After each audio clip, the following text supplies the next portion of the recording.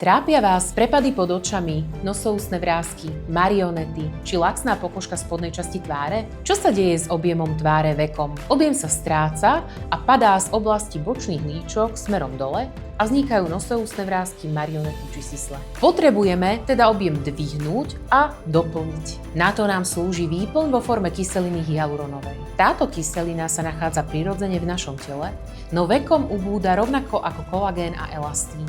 Naša kyselinka používaná v estetike je vyrábaná synteticky s rôznym stupňom sieťovania. Najhustejšia, teda najviac zosieťovaná, sa používa na vytvorenie objemu tváre a zadefinovanie kontúr. Čím je jemnejšia a teda menej zosieťovaná, tým povrchovejšie ju môžeme aplikovať.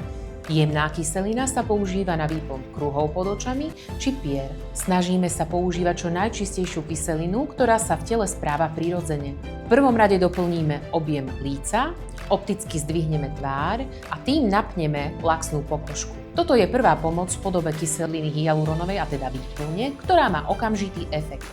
Následne začíname pracovať na stimulácii kolagénu pomocou metód regeneratívnej medicíny. Priebeh zákroku môžete vidieť aj na našom profile na sociálnych sieťach. Objednajte sa na bezplatnú konzultáciu osobne alebo videokonzultáciu každý pondelok večer.